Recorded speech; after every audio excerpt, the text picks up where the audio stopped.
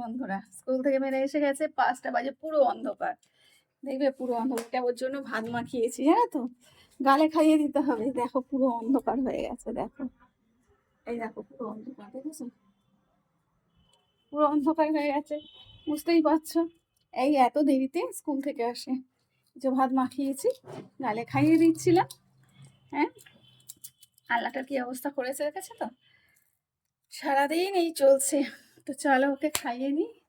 নাও হা করো, পাঁপড়টা নাও। পাঁপড় তো চলছে, আমি এক হাতে মাখিয়েছি, এক হাতে এই যে খাওয়াচ্ছি। তো ভাবলাম তোমাদের সঙ্গে একটু শেয়ার করি। এই যে, তো চলো হাঁ করো, খাইয়ে দিই। দাঁড়াও দেখাচ্ছি, এই যে দেখো, হাঁটা নাও। Hi নাও, guys. তাড়াতাড়ি নাও। Hi guys. নাও না, নাও, তাড়াতাড়ি নাও, তাড়াতাড়ি নাও। লজ্জা পাচ্ছে, দেখে তো, তার বড়টা কি করছে দেখো, কিরকম থাবড়া মারতে ইচ্ছা করে বলো। তো চলো টাটা।